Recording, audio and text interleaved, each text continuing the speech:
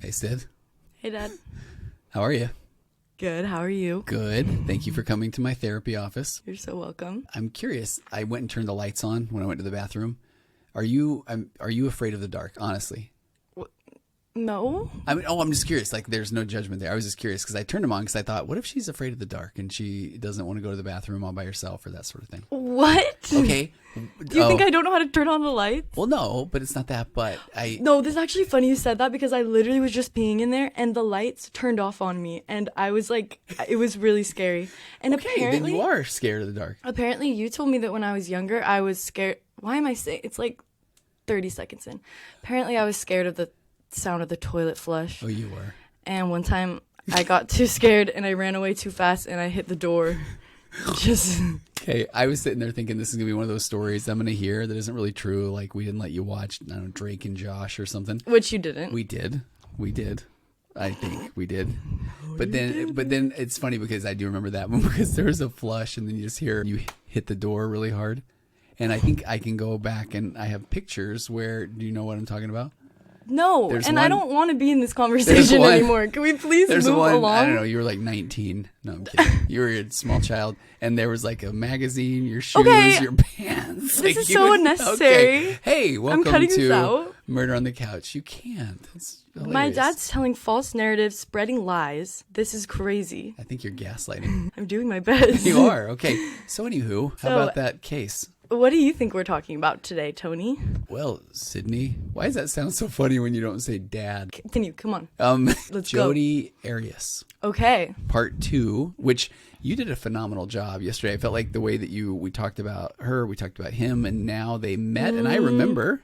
Tony? No. Yes. No, you just got pranked. We're actually not talking about Jodi today. There is like this breaking crazy case that just wrapped up last night. Yeah. And so I've been following it for the last couple of days, and we have to talk about it. Like, we're saving Jodi for next week, just because. Okay, this is amazing. Yeah, it's wacky, and I know nothing. So today we're going to be talking about Danilo Cavalcante and his escape from the Chester County Prison.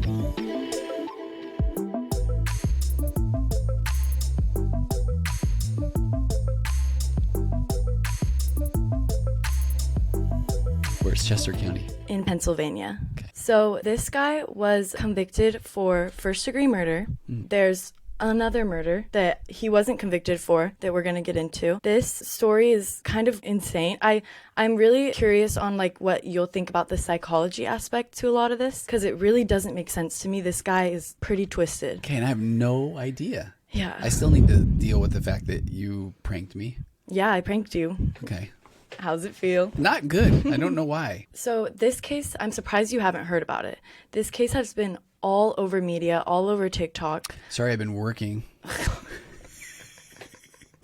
Okay.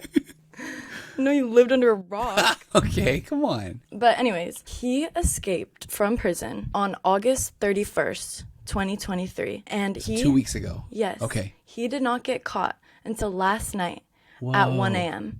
And today is September 13th, so he got caught last night. And it was just absolute chaos the 2 weeks in between. I'm surprised I haven't heard of this. Yes, it was a manhunt. And okay, this is a weird thought for me to just be like having in the shower, but I was just thinking the other day, like I feel like in the olden days, you hear of a lot more like large serial killers where they're sending out messages to the town being like, lock your doors, you know? Like, and I was just thinking like that doesn't really happen that much anymore. Well, it was happening in Pennsylvania, so. Hey, do you know, and I'm not even trying to be funny, but I think while you were in Egypt this last time, we had that here locally.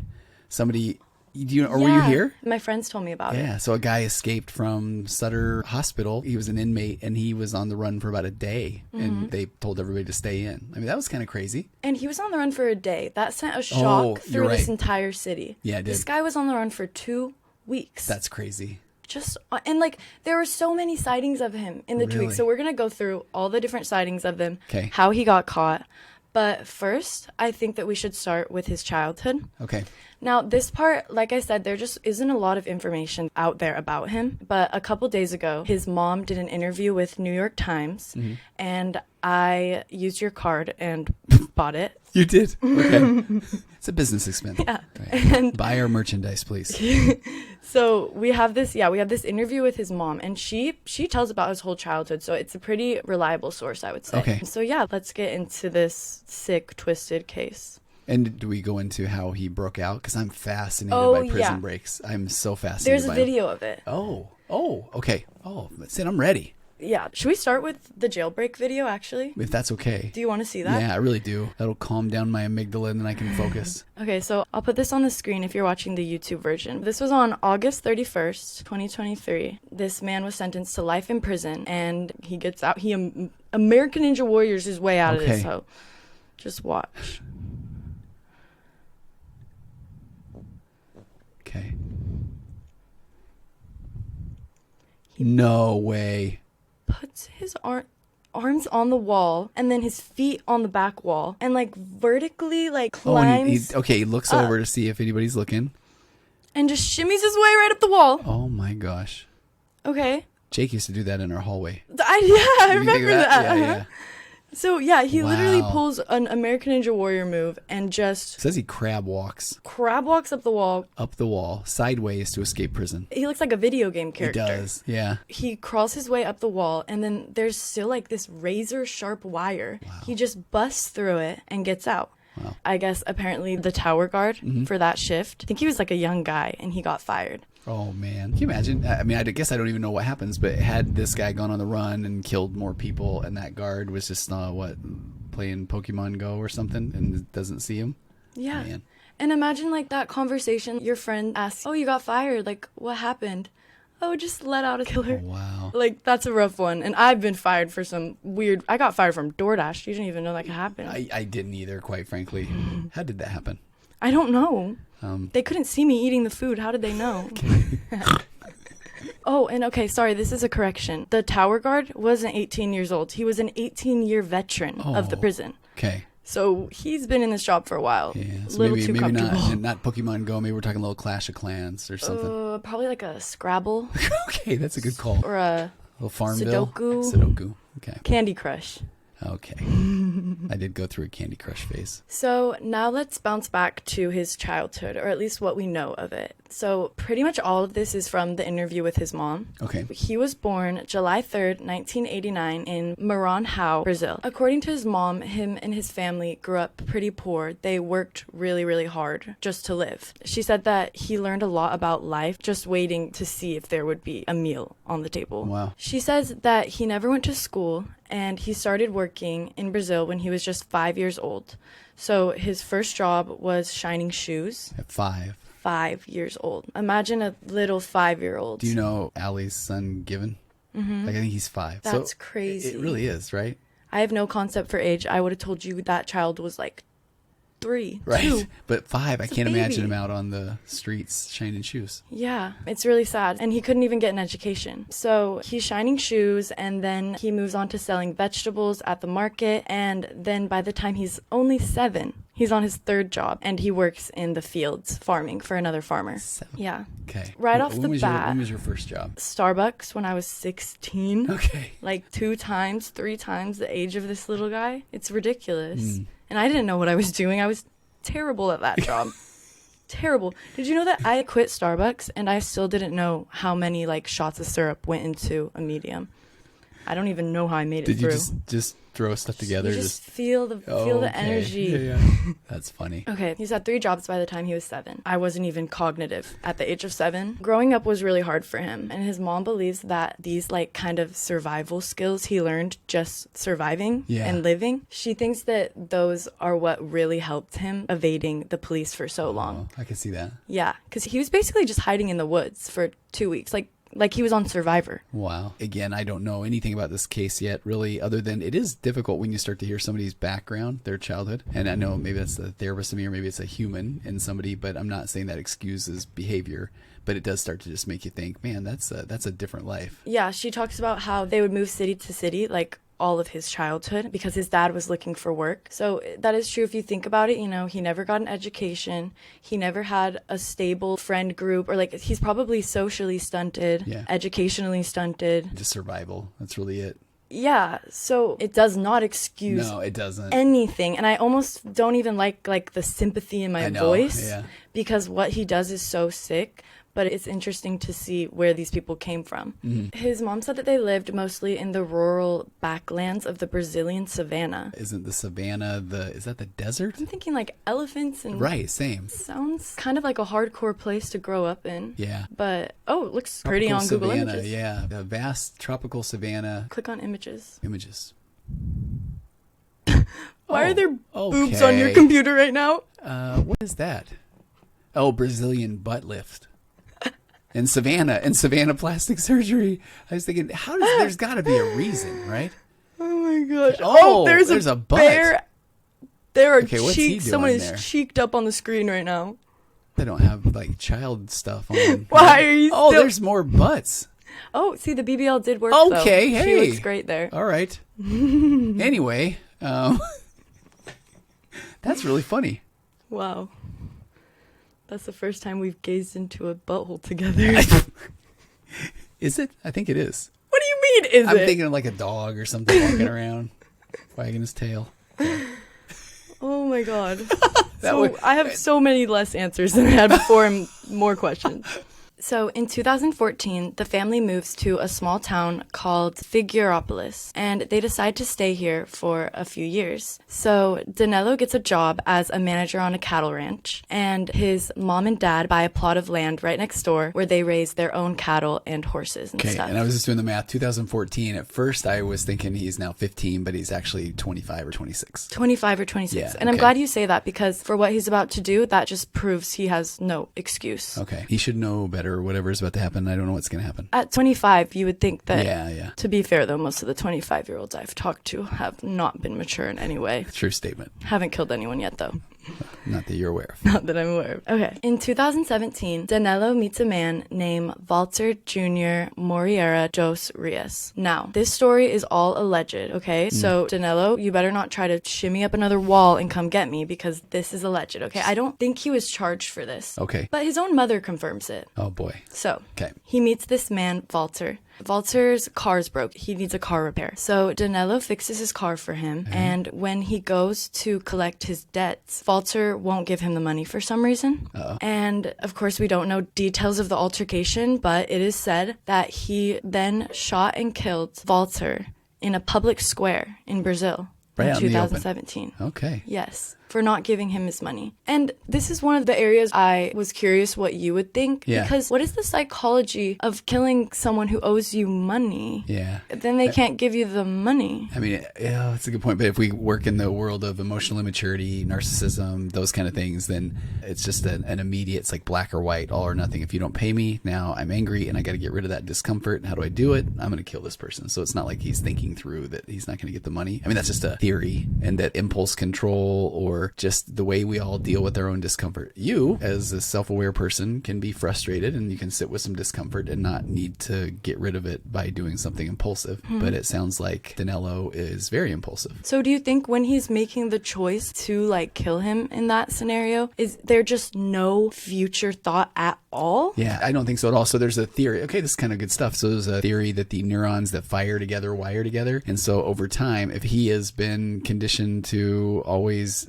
be on guard, then his cortisol or his stress hormone is just always right on the verge of just going into that fight or flight response. And so that's the thing where the more that you meditate, the more safe you feel, the more you've grown up and you've had food and shelter and water, your startle response or your cortisol level is low. So it takes a little bit to get you worked up. But if you have been in a constant state of survival since the time you're little, then those neurons that fire together, wire together. So it's like he has this much room before he's going to lose it. So if all of a sudden, do you know what I mean? Yeah, that's interesting. It is, because what's fascinating is I'll go through periods where I don't get a lot of sleep, and Siri just went off on my iPad, and it will happen on my watch, and I kind of lose my mind really quickly, and it's just my watch doing that. So I had a doctor client at one point, and he was telling me that if you don't get sleep, you don't reset all of those stress hormones, your cortisol levels. So your startle response is like right on the edge of going into fight or flight mode. So something happens, and all of a sudden I don't just go, oh man, that's funny. I go immediately to, oh, you know. So imagine if he's had a life of that, because we already identified since the time he's 5, he's in survival survival mode. Okay, I'm really interested by the cortisol thing still. So most murderers or people who cause crime, is that why when we look into their childhood, a lot of the times they have trauma and stuff? So what you're saying is like where a normal person who has a good childhood, good life, their cortisol levels are low. Their baseline cortisol is low, so it might take them a little bit to get frustrated or worked up. If they get in a, like, if they're worked up in a situation, their cortisol levels just rise a little bit, right? So then they're still chill. Yeah. But then someone with trauma, the same situation could happen They'll to lose them. it. Yeah. But since they overflow, and then that's what causes. Yeah, I mean and so it's called the amygdala hijack, right? The amygdala in your brain is the part that is your fight or flight response. And I have to tell you, I've been fortunate enough to sit in on some brain scan sessions with clients, and you can watch somebody if they inject this functional dye into your brain, and then you get their heart rate elevated. That the more your heart rate elevates, the more cortisol you produce, which is that stress hormone. And you can almost watch like this prefrontal cortex. It's like light switches turn off, and that's where you have your logic and reason part of the brain, and then the back is this fight or flight response. So the higher your heart rate elevates, the more cortisol you produce, the more your brain starts shutting down the logical part, and it goes right into that amygdala or that fight or flight response. So then at some point you get an amygdala hijack, and it's almost like the prefrontal cortex just shuts down and you have no access to logical thought. Whoa. So instead of that, like, well, I'm not going to get my money, that part's gone, you know? So at that part, then you just react. It's all reaction. And it's so fast. Yeah. So the amygdala, because I've had people ask, okay, what do I do when I get into that state of the amygdala hijack? Nothing, because you can't access your prefrontal cortex, your logical brain. And then when you're done, then it's almost like, okay, now I feel this sense of relief. And then, now I come back to reality, and it's like, oh, what did I just do? What did you just do? For real, right? And then that's not somebody, and if you're in that state, you're not somebody who has been modeled taking ownership and accountability of things growing up. So you're gone. Why does that happen though? Wouldn't you think that our brain would turn up the logic in a life or death situation? Like, why is it that turns off? It's because we're just wired for survival. And so let's say that you turn a corner and there's a grizzly bear.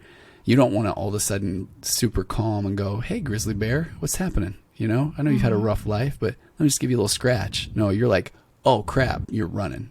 You know, so it's just a fight or flight response. Okay. Yeah. So what's crazy is as a mental health guy, you're constantly trying to get people to have a mindfulness practice, meditate, because that is a practice of, letting my thoughts go, letting my heart rate elevate, and then coming back to the present. And the whole breathing, when everybody's like, just breathe, girl, you're breathing in through your nose, out through your mouth, and all that's doing is lowering your heart rate, lowering your cortisol, so you can access your prefrontal cortex and be present in the moment. And then if you do the practice enough, then when your heart rate starts to elevate, your brain, because it likes patterns, so then it's already going to say, oh, this dude's going to start breathing. So it starts breathing for you. So you almost kind of can't get angry, which is one of those funny things where, I don't know, I know maybe you haven't seen me get mad a lot, but it's like I'm noticing that person is cutting in front of me, or I'm noticing that my daughter is getting angry. So you're almost able to like relax before you react. Yeah. And you're not even aware of it because your brain, your thoughts, your emotions travel faster than logic. It's like a cool thing where that's that part where if we go walk outside and we see the stick on the side of the road and we just see it out of our peripheral vision,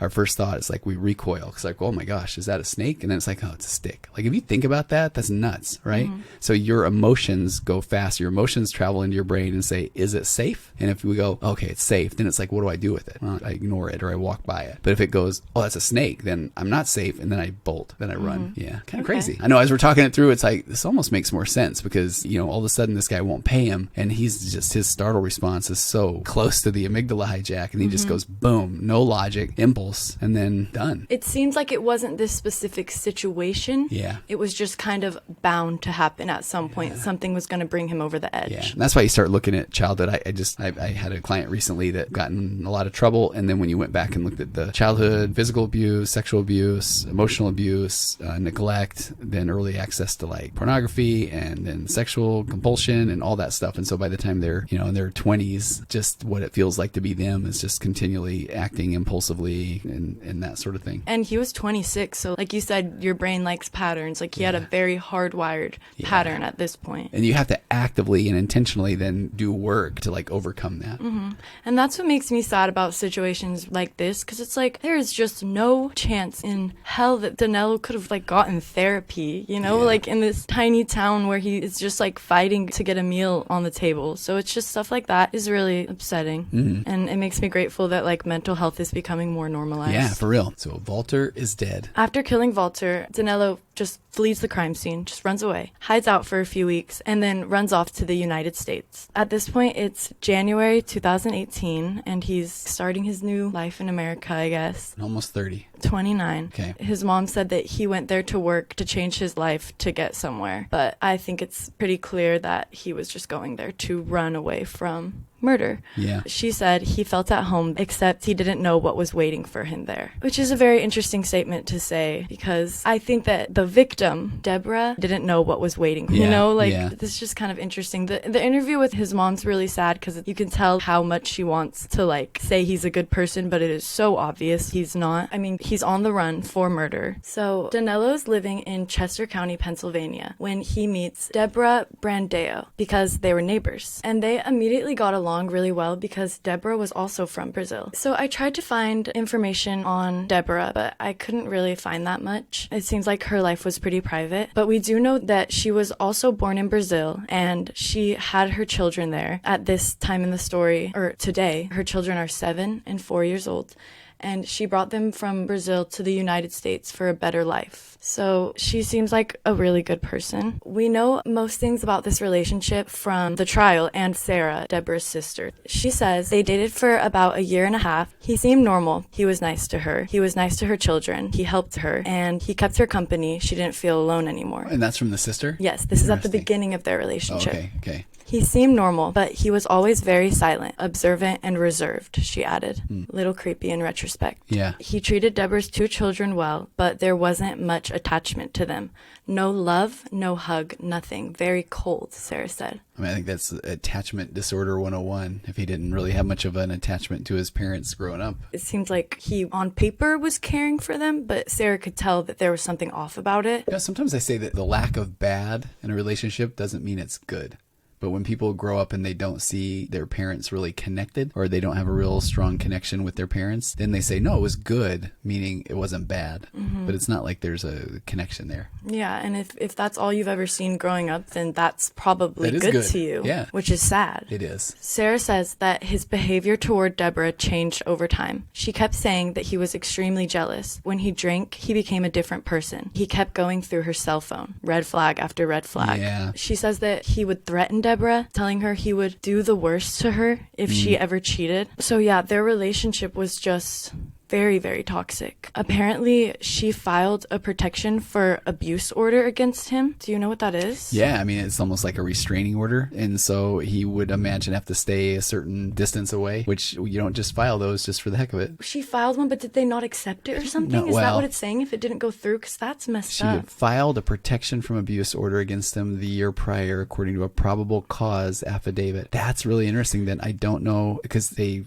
filed it, but it doesn't say she was granted a protection from abuse order. Well, knowing how a lot of times those cases are handled, there's a big chance that they just looked at her and were like, well, did he hurt you? So, Did you know he what's break in? crazy? I've worked with a fair amount of people that have had to file restraining orders, and I'm convinced that they typically side on behalf of the woman and they grant it. And I just had a situation where it wasn't granted, and I don't understand it at all. And I feel so bad because I was helping the woman and saying, no, they kind of default to that. And she had a lot of good reasons why. And then it's so sad, and it puts a person in terror. I don't understand how that situation ever even happens. If someone says that they don't want to be near another person, why do there have to be 50 pages of evidence as to why?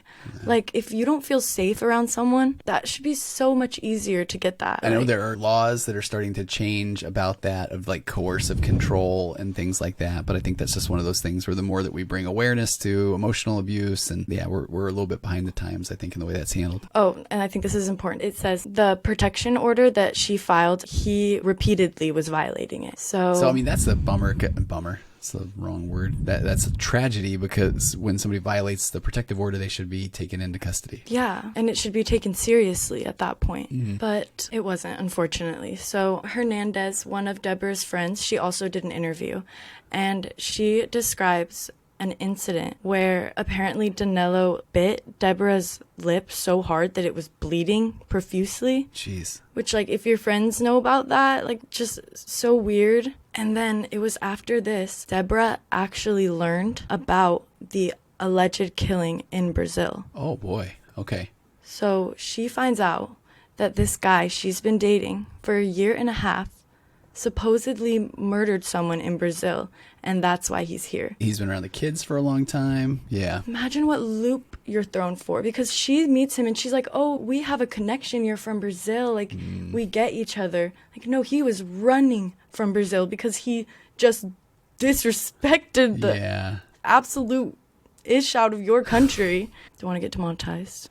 So she confronts him about the killing. Okay. And she tells him, if you don't leave me alone, I'm going to tell the police what you did. Oh, wow. Okay, and that's the thing. I doubt he said, oh, okay, no problem. Probably enraged him, I would imagine. I think it was another situation like in Brazil where it just Snaps. he boiled over. Yeah. So he is not okay with this. He doesn't take the threat lightly. And instead of just leaving her alone, just leave her alone, dude. He goes to her house on April 18th. And it's absolutely horrific what he does. With that, unfortunately, let's move on to the story of Murder Number 2 by Danilo. That sounded like a weird book title. I did not mean it to go over like that.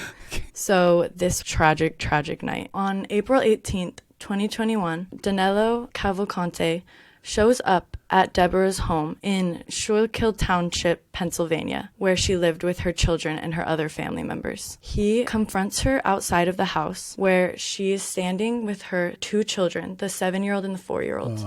Oh, and okay, sorry, this is a correction. This all happened in broad daylight. In front of the kids. He just starts berating her, just starts screaming at her, arguing with her. He grabs her by the hair in front of her 2 children and pulls her to the ground, gets on top of her, and repeatedly stabs her 38 times in the chest, stomach, shoulders, mouth, and throat with 2 kitchen knives. Kitchen knives in front of her children. So that, now I go back to when you were saying earlier, when we were being very empathetic, and it's like, it really is. I mean, and now look at the alleged murder of Walter in a town square. Who cares that anybody's around? And now you've got 2 kids watching. 2 kids that you supposedly hugged and loved and held in your own arms. Right. And were supposed to protect. Okay. They were dating for over a year. Like, yeah. Those kids at that point probably saw him as a father figure. Yeah, sure. I cannot even begin to imagine, like, the trauma. Oh, no. The trauma, dude. And this little girl had to testify in court. Did she really? She's the witness, you know? It's really sad. One thing that Hernandez says is she tried to use that information to protect herself more than anything. She was just trying to tell him, don't do anything to me because otherwise I'm going to go to the police. He only used that against her to the point where the day he murdered her, he said, if you rat on me, I'm going to kill you. And he did. Oh. Again, and I appreciate what you said where you're saying, why couldn't you just leave her alone? But we're back into that world of narcissism, emotional immaturity. And if she was threatening him, which I understand why she did, but at that point, he's not just going to walk away. It's like, okay, now she has this information, so he needs to get rid of that person that has the information. So that's... He's just an idiot. Yeah. This isn't a video game. You can't just kill people and they just disappear and nothing happens. Yeah. And the problem just goes away. He's just creating so many more problems. How did you not learn the first time, dude, when you had to come to America? Like, where are you going to go now? Canada doesn't want you. They're too nice there. I mean, but he got away. That's what's crazy, though. He got away with the first one. So then in his mind, then it's like, well, we'll get away with it again. That's a good point. Yeah. It probably gave him a very big confidence boost. I think so. Which, again, shows how much of a creep you are. Yeah. Authorities believe that after he killed her, he tried to go back to Brazil. A different article I read said that they think he was trying to go to Mexico. But they captured him, thank God, in Virginia, running away. Police arrived at the murder scene at 4:15 p.m. that day, which means that this all happened in broad middle of the day, daylight. In front of the kids. I'm sure there are other people around too. When they arrived, they found Deborah outside, and it was just, the scene was absolutely terrible. They said she was covered in blood and just lifeless at that point. There was no pulse or anything. The 7 and the 4-year-olds were the ones that had to go get help from the neighbors. Gosh. Yeah, he was arrested several hours later. So he's caught, and immediately this is taken to court. And like I said, this little girl had to give her statement on stage, which I just can't even imagine how sad, how re-traumatizing that is for Yeah, her for real. personally, how just horrible that was for everyone in the courtroom seeing this poor little girl. It said she was wearing a little lavender sweater and her ponytail, and she had to be reminded several times to answer verbally instead of just like shaking her head. Like, this is a little It really is. girl Yeah. who just watched her mom die in front of her. They said that although she couldn't remember all the details from the day, as soon as they asked what Danilo had done to her mother, she just says, "I saw him stab her." So I guess the jury was debating whether it would be first-degree murder or like a lesser degree of that based on whether it was premeditated or not. Oh, I always wonder about this stuff because if it was impulsive, then they'd not get them for first-degree murder? Or that's the theory? Yeah, I think it could be less, which I know. it's interesting. One of the attorneys told the panel that Danilo had been cutting meat with the knife he used in the stabbing and had taken it when he left his apartment, telling a friend, "I'll be right back." So I think that would... Premeditated. Premeditation. Yeah, I think so. Why were you cutting meat with a butter knife? Is it a butter knife? Yeah, it was a butter knife. How did he stab her with a butter knife? 2 butter knives. Are you serious? Yes. Jeez, that's even worse. I don't understand. I don't. And like, okay, this is a sick and twisted conversation to have, right? Okay. But why didn't he like pick a bigger knife? I know. I know you could get into the details of did he want it to Hurt? Yeah, right. And I don't know, but yeah. I wonder if he was like sick enough that he wanted the kids to watch it, because it just seems like you could get her in a situation without the children there. Well, then now we're starting to get into the world of psychopath, where now it's like that sadism streak is there as well. So you actually kind of get your thrill off of watching the suffering. So not even just the suffering of the person, but it could be the kids as well. Wow. I mean, and again, sick. that's like we're into psychopath territory there. So after they went back and forth in the courtroom for a while, I guess when it actually came to the deliberation, it only took 15 seconds. Oh, wow. Yeah. And they Okay. convicted him Okay. That's about the fastest I've ever heard of. for first-degree murder. Okay. So he was put into jail and life in prison. Okay. Everything seemed like a happy ending. You know, normally this is where our story would end. Yeah. But no, this is when he escapes. So Danilo spends 2 years in jail before he plans his whole escape thing. I mean, he kind of looks around and then he just crab walks up, breaks through a razor wire. Do you think it was planned? It had to have been planned at least a little bit, right? Or was it just impulsive? Because he's already proven that he's super impulsive. Yeah, I don't know. Okay, one side note. Yeah.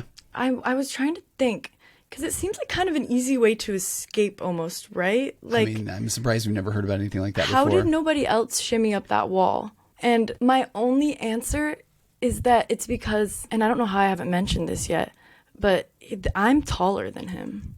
Oh, and you're what, 6'2"? 6'3". Okay. Don't get it twisted. No, I'm 5'3", and this guy is Wait, literally... are you really 5'3"? Yes. Okay. What, you 5'3" too? No, I'm like 6'1". Yeah. This guy is literally 5'0". So I'm wondering if, and this isn't hate to short men, because this is actually a compliment to short men. Maybe that's how he escaped, is because he was so little he could just fit in the wall. I see what you're saying. I mean, because when you watch the video, he's the perfect size. Yeah. Right? It's like a little glove in there. Gosh. But I also think when we're saying, how has nobody else tried this? I mean, I don't even know what that would feel like. Everything we're seeing says he broke through razor wire. And razor wire seems very intimidating, not to mention crab walking up. I don't even know how many feet that was. But then to get to razor wire, I'm no thank you. I feel like there's a lot of psychology that goes behind that, because we have no perception at all of what happens to your mind when they lock you up and say you are never coming Sid. out.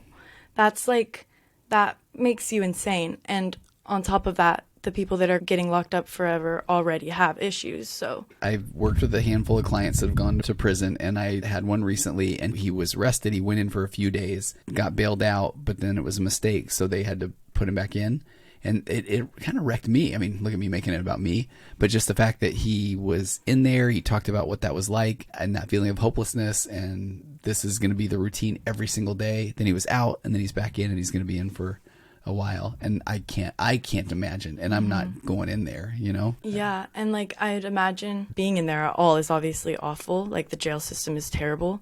But going in there and just knowing that this is the rest of your life. I can't imagine. I don't even know what to think about that. gotta create crazies. Yeah, for real. So he shimmies up the wall, busts through the razor wire somehow, jumps like off the roof, and just starts walking down the street. So this is August 31st, by the way, 2023. And apparently it took the guards an hour to even notice that he was gone. He didn't show up to recreation time, and they're like, where is he? Oh, okay, Sid, look at this. Sorry, I'm stealing your thunder. A similar escape effort at the prison was foiled earlier this year when that individual was spotted by guards. So he saw it happen before? Yeah. He's the second inmate to escape the prison this year, officials say. What's his name? I want to know how tall the other guy is. Oh, right. And it says the previous escape occurred on the morning of Friday, May 19th. That is crazy. Okay, Pennsylvania, lock it up.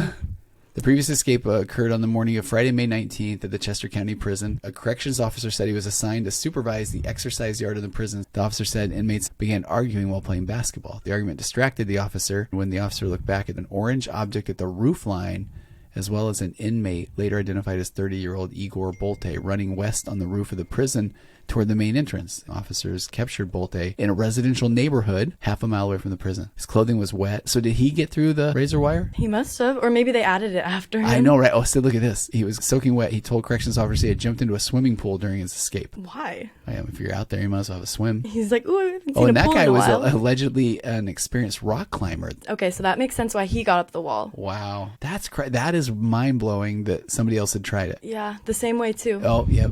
Okay. Legs on one wall and arms on the other, just like Danilo did. Wow. So he saw it. Now let's get into the sightings. These are so creepy, okay? So it's September 1st, the next day, 11:30 p.m. So it's late at night. Ryan Drummond said that him and his family were getting ready for bed when he hears a sound downstairs. He's suspicious. He's like, who is that? We're all in our beds. So he goes downstairs and notices that the front door is slightly open. Oh, man. Creepy.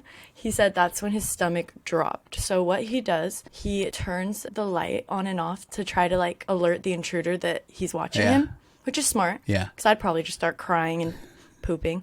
He said that after a little bit of a pause, the intruder just turns the light back on. Oh, no. What would you do? Poop again? Poop more. Man. That is creepy, That dude. is. That's like from a horror movie. So yeah, he's like, you're Like, watching me? I got you. Oh, Yeah. you want to see what I look like? So after Danilo does not care that he's being watched, Drummond freaks out, tells his wife to call 911, and he just watches Danilo walk methodically out of the kitchen and into his living room and just out of the house. Okay, I do not know him. I am not allowed to make diagnoses.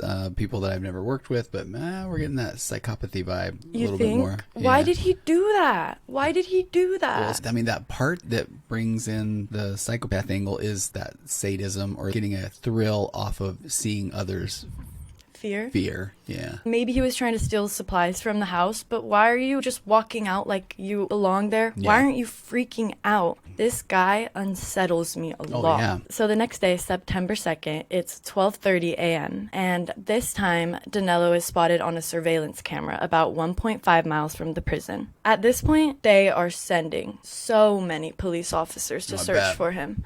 Like, by the end of this search, they had over 500 police officers, like, basically 24/7 searching for him. They were using every method. They had canine dogs. They had, like, thermal heating rays. Oh, yeah. They were using everything. They were blasting this audio recording from their vehicles and from all the helicopters and everything that was Danilo's mom in her native language, Portuguese, urging her son to turn himself in. I've never heard of that before. That really interested me. It's kind of like a psychological approach, right? Yeah. Trying to plead to maybe his mom can talk some sense into him. I know that we can't put ourselves in that situation, but let's say that you're on the run. Could you hear, like, if your mom's like, Sid, come on.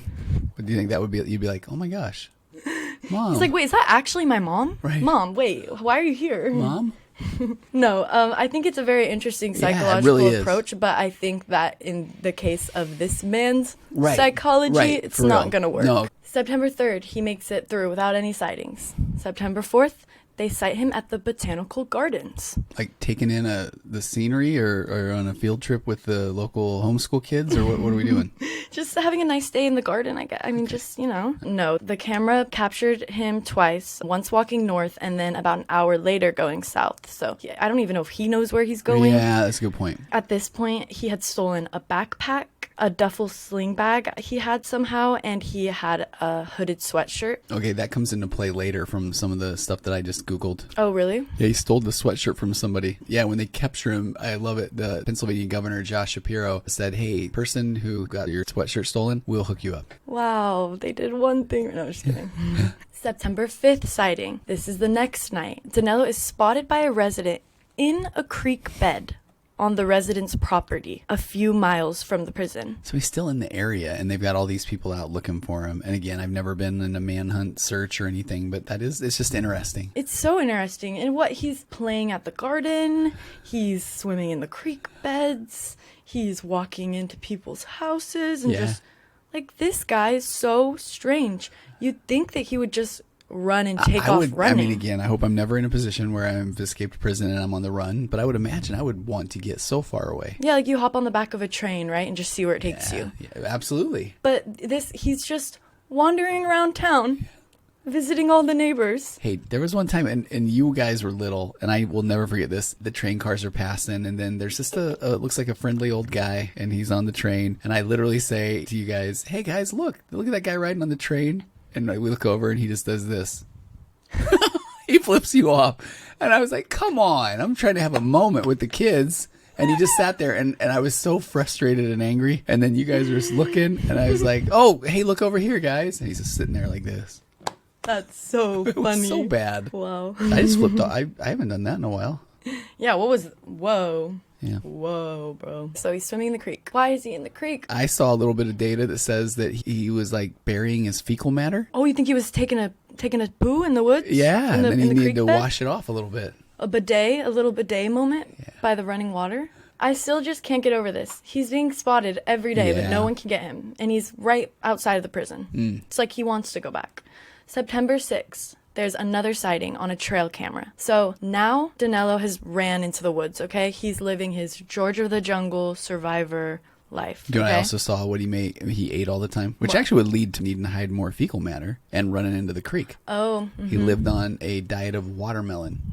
He was pooping water. Yep.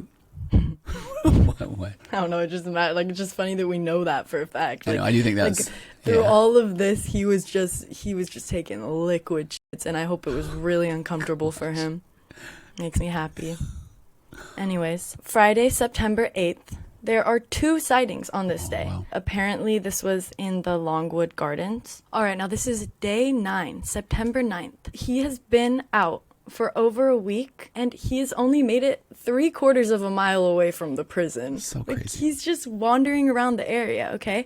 But at this point, the manhunt gets a little harder because Danilo steals a delivery van from a local dairy farm. Apparently, they just left their keys inside on accident, and he hopped in and used it to get 20 miles away from them. It is strange that, did they have the word out, all points bulletin, manhunt, everybody stay in? Yes, and it just kept amping up more and more every day. They were playing recordings into the streets, lock your doors. Oh, okay, yeah.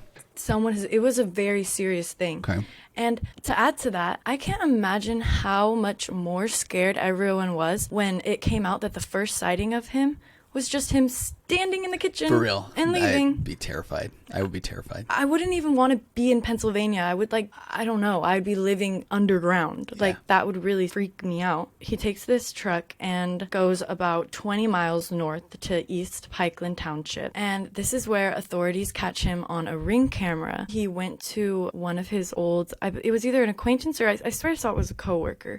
And he tries to speak with them through the camera. The person that he was trying to contact wasn't home, so they reported it to police. They didn't respond to him. In this footage, they were able to see that he had a new, clean-shaven look. So after the first guy wouldn't respond to him, he went to another acquaintance's house, and that person was also not home. but they called the police later and let them know that he had visited their house. Not a smart move, right? He must have just been desperate at this point. I guess he thought that these friends would cover for him, but they both just went straight to the police, which thank goodness. Thank God. I would hope in general that anyone who received this information would bring it to the police, but I do think that it also shows Danilo wasn't capable of having like those ride or die, like these friends weren't going to cover for him. Well, I would imagine there were no ride or dies. No, the second they saw him there, they were like, okay, police, we do not want to be involved. I think that he shaved from a razor that he found in the backpack he stole, and he stole that hoodie just trying to hide his identity, but you're 5 feet tall. We know. The police didn't learn about the whole like dairy farm thing until the next day. They saw sightings of the van and narrowed it down to the dairy farm. They later located the stolen van in a field around 10:40 a.m., abandoned behind a bar in East Nantmeal Township. They said it had run out of gas, so he just ditched it and ran off. Weird. I still don't understand why people run out of gas. I literally almost ran out of gas on the way know, here, and you know that. I do. I'm kidding. You've done well. You ran out of gas in weeks, right? Now, Monday, September 11th, it gets scary because Danilo steals a rifle. I swear that's 2 days ago, Sid. 2 days ago. It was around 8 p.m. on a Monday when some guy on a motorcycle told the police that he saw a guy crouched in the wood line on Fairview Road Tuesday morning. She went back to check if he was still there, and I guess he had left already. So the authorities surround the area, and I guess they found footprints identical to the ones on the shoes that Danilo was wearing. And it was actually reported that he stole these boots as well. And we have an interview with that guy. We'll get into that in a second. But this same day, the police receive a call from a resident in Coventry Road, and they report that a short Hispanic man who was not wearing a shirt had entered his garage while the resident was inside and stole a .22 caliber rifle. Oh, yikes. The resident drew a pistol and fired at the man as he fled. Really? Wow. Vigilante justice almost. He had 2 guns. Cavalcante's sweatshirt was found near the edge of the driveway. Danilo was always considered dangerous. Now he is armed and dangerous. Terrifying. When this hit public, I'm sure, I can't imagine how scared now he has a people weapon. were. Yeah. Because, that's at least one thing that you can rest assured of is if he got out of jail, he can't just walk in and buy a gun, you know? Right. So this just sent a panic because everyone already knows that he's killed 2 people before with a butter knife. Like, there's no telling what this guy's gonna do when confronted. All right, September 12th, we are wrapping it up. 2 girls are just listening to music, driving their Jeep down the road when they see out their window a mysterious guy just like standing in the fields, just being super sus. So knowing everything that's going on and probably seeing that he was 5 feet tall, they called. I need to stop doing that. If you're short, that's so good for you. The last guy I fell in love with who ghosted me was short. So like I have a reason to say. Okay. That's true. The 2 girls driving the Jeep call 911 and police immediately come to investigate. Jim Varnes was living in a little house across the street, and he said that he saw the police lights and was super freaked out. The police go to interview him, and that's when he says that his wife noticed a pair of his grass cutting boots missing from the back porch. Oh. In their place, a dirty pair of prison shoes. Oh, so at least he's doing an exchange. That's true. It's very kind of him. He puts these boots on, runs away, and he's only a size 6. So there's no way these work boots fit him. So I'm just, because this Jim Varnes is a big guy. Is he? So I'm just imagining. Oh, he's running there with those big old boots on. He's running. He's just like clonk, clonk, clonk, like a little kid. Like he's about to trip. Man. At this point, the search is just, it's insane. Police are checking vehicles one by one. He has a rifle. The rifle has a scope and a flashlight. Wow. This is scary. And I guess he had dropped his backpack, so they found the backpack, and he dropped the sweater when he was stealing the rifle. This is also something that was brought up to question is, was he kind of leaving a trail, or was he just stupid? Okay. I don't know. Yeah. What do you think? Oh, well, I'm thinking, I can't lie, I'm looking over your notes. I want to know, what is your bellflower story? That's why I'm pointing over there. I just want to hear that. Okay. So police were checking vehicles one by one, like checking vehicles. It was like at a traffic stop or something. Yeah. They'd make each individual stop. They'd check their trunk. They'd check the inside of their car, everything.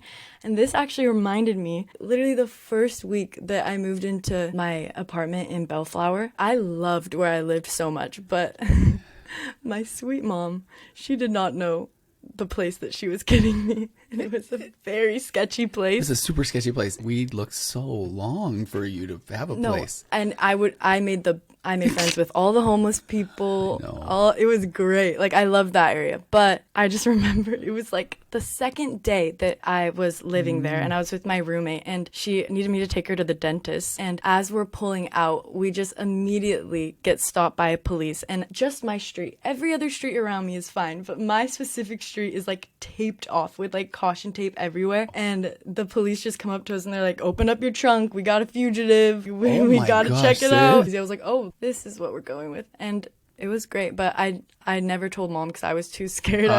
Probably a wise move. I have a similar traffic stop story where we went and got frozen yogurt, and I was afraid it was going to melt. So then I'm coming up on a traffic stop, so I do a U-turn in the middle of the road, and the cops come pull me over because it turned out it was like a drunk stop, and so it looked like I was evading it. And then the cop comes up, and I just said, "Oh, I'd really rather not have my yogurt melt." And he said, "Okay, go ahead." So worked. I know exactly what you went through. You know, he fugitive stop, my yogurt's melting. I mean, those police stops or something, huh? He rolled down the window. You're just sitting there with your little ice cream cone. How could he ever tell you? Now, when we talked earlier about like mindfulness, because I said, "Oh, I am getting pulled over right now," and Mackie and your mom were in the car, and I said, "You know what's kind of cool? I am fine with this." And Mom's like filming me the whole time, and then he's like, what are you doing?" I'm like, "My bad. I did that because I thought that it was just a traffic stop, and we got yogurt." You know? The yogurt's melting, bro. We gotta go. He was really nice. When I get pulled over, I pull out the waterworks. You do. I pull out the waterworks. I'll come up with like, if I get pulled over, I just got broken up with like 5 minutes before that. That's how I say it in my head. Yeah. So that's how I do that. You were a good actress back in the day, right? Back in the day. Show your true colors. No, but I also did get pulled over with Mom one time because they thought I was drunk driving. And Mom, she has her Snapchat pulled up right away. Yeah, she's recording me getting arrested. And he's like, "Yeah, we thought you were drunk." And my mom's just like, "No, she's just not very good at this." Still not good at that. Okay, so September 12th. Tuesday night, a burglar alarm goes off at a home near Prizer Road in South Coventry Township. This is within their search perimeter of him, so they immediately go to investigate it, and they don't find him there. But later that night, at around 1 a.m., so this would be September 13th now. This morning. Yeah. They had an aircraft, like a drone, flying around, and it was utilizing FLIR technology. It was picking up heat signals, so it could see like bodies. And what's the craziest thing is when I was doing my research for this last night, I saw a clip that was a thermal camera, and it showed him running through the woods, and it was like he's been caught, and it was just posted, and I totally thought it was a hoax. Wow, yeah. Totally thought it was a hoax. Went to bed because everyone's been trying to get viral like TikToks off of this and stuff, you know? Oh, yeah. But then I wake up this morning and it was him. So they catch him on this thermal camera. They can just see his little orange blob running through the fields. Yeah. They spotted his heat source moving, but then I guess storms moved in. Man. Horrible timing. So he almost gets away again, I would imagine. So they left the teams there? I don't understand that. Yeah, part. It sounds like the aircraft had to leave and the tactical team, so the people on the ground remained there. Oh, but they couldn't see where his heat source was anymore. Yeah. Wow. So they made this decision to secure the area. So they kind of zero in the best they could, and then they just had to hang tight while the storm was there. They just have to wait out the storm. Yeah. The storm finally passes. It's about 8 a.m. this morning. Wednesday. I'm sitting here seeing clients, Sid. Yeah. Yeah. I'm taking a shit. Okay. I was. He didn't see them coming, so they had the element of surprise, they say. They close in on him. He didn't realize they were surrounded, but then he did, as you do when you're surrounded. And it says he began to crawl through the thick underbrush, like trying to get away from them, holding his giant rifle. Wow. One of the Customs and Border Control teams had a dog with them. His name was Yoda. He's so cute and precious. Okay, so they have him circled, right? Yeah. They send Yoda after him, and Yoda attacks him, gives him a nice bite, minor bite wound. Thank God he didn't shoot the dog. I don't know, for real, like that. Right? No, but Yoda got to get a chomp out of him, though. Yeah, Yoda got a snack. And they got him. They got him. So they surround him and arrest him and transport him to the Pennsylvania State Police Station. He's held for processing and an interview. I wonder if that interview is going to be public. I really want to see that. Same. So then he was transferred to a maximum security prison in Montgomery County, where he's going to continue serving his life sentence. Hopefully. He doesn't escape again. I don't even know how to wrap this one up. This case is really crazy. This guy is on some X Games shit. I don't understand how did he evade the law for 2 weeks? I don't know, and I still really don't understand how he stayed within 20 miles, even with the car. So weird. And then at the point when he got the car, they said he was a mile away when he picked up the car. I just, again, I've never had the experience of running from the police and breaking out of a maximum security prison through razor wire. But I'd assume you run. I would think so. So maybe there's our tip. If you find yourself escaping from a maximum security prison, run. Don't play in the creek beds. Do hide your shit. Eat some fiber. Why? Well, because then you wouldn't have to stop and go to the bathroom all the time. Doesn't fiber make you poop? Oh, that's a good point. It would solidify Eat them, some though. cheese. It solidify it, so he's not Eat liquid a lot of shitting. cheese. Said that was a nice surprise. I mean, saying the case. Oh, I was all primed. Nice I hate the fact that this guy escaped and that he killed a couple people. I mean, really, I'm not trying to make light of that, but I came in today after a long day of therapy and ready to talk about Jodi Arias, and you got me. Yeah, she's not safe yet, you guys. We're gonna get into Jodi Arias next week. Actually, we're not. There's so many things that keep going on. There's another case that we're gonna do next week that's not Jodi. That Okay. Absolutely, it's not even enrages me. It makes me sad. Next week's case is gonna be a dark one, but I really think that you guys will be interested to hear it. And this one was really interesting. I'm glad that you went to college so I didn't have to, and you know all those big words, and Break it down. I can just ask you, because it is really seeing your insight is a really cool part of this. I feel like very kind. Okay, go follow us wherever people can follow us. You're not gonna give me a compliment back. That was crazy. Okay. No, honestly. No, let me go lay on the couch and you can be my therapist. I feel awkward receiving compliments, so then I was trying to get rid of my discomfort by saying, go follow us. Bye, everybody. But Sid. Okay, bye. Okay. Go. Now it feels forced, right? No, I always get uncomfortable receiving compliments. I can't conceptualize, I can't just accept it at all. I'm always just thinking about what my reaction to it's. We've talked about this before. We have. Yeah. But in reality, you know that this is one of my favorite things in the world to do. And so I appreciate you, my wonderful daughter, for putting this case together. And then the response, and I can honestly say this, the response has been kind of overwhelming. And not overwhelming. It's been really good. I showed you the numbers of the episodes so far, and it's pretty cool. Right? Look, you don't know how to do it. Okay. Yeah. Yeah, darned if you do, darned if you don't. I don't say anything. You're like, what? And then I say, you're awesome. And then you just sit there. Darned if you do, darned if you don't. Darned if you do. We really don't know how to end these. We really don't. I sometimes when people leave my office, I always say I need some catchphrase so go get them. That I don't do that. You can do better than that. Okay. No, I just know whatever comes out of our mouths is going to be embarrassing and we're going to regret it. What, okay, when we say... Hi, when I started being what if I just do this? What if I go, bye, Sid? Bye, Dad. Why did I think you were just gonna just fart in silence and not even say anything? I've thought about that, and I don't know. I don't know because I've got 500 podcasts with my virtual couch, waking up to narcissism, all that stuff, and I've never, because you know how I don't actually break wind. You break more wind than a cow. Okay, I was waiting for something that breaks a lot of wind. They probably do. You break more wind than a windmill. Wow. All right, the dad jokes are coming out. Let's wrap this up. Have a good day. My stepladder left because I have a stepladder because my real ladder left when I was a kid. What? I'm doing dad jokes. Wait, what? I have a stepdad I have a ladder. step ladder because my real ladder left when I was a kid. Oh, I thought there was like, okay, No. I get it. It's just stupid. My friend really wanted me to have his EpiPen because he seemed really, I'm gonna have to edit all of this out. okay. Bye, Sid.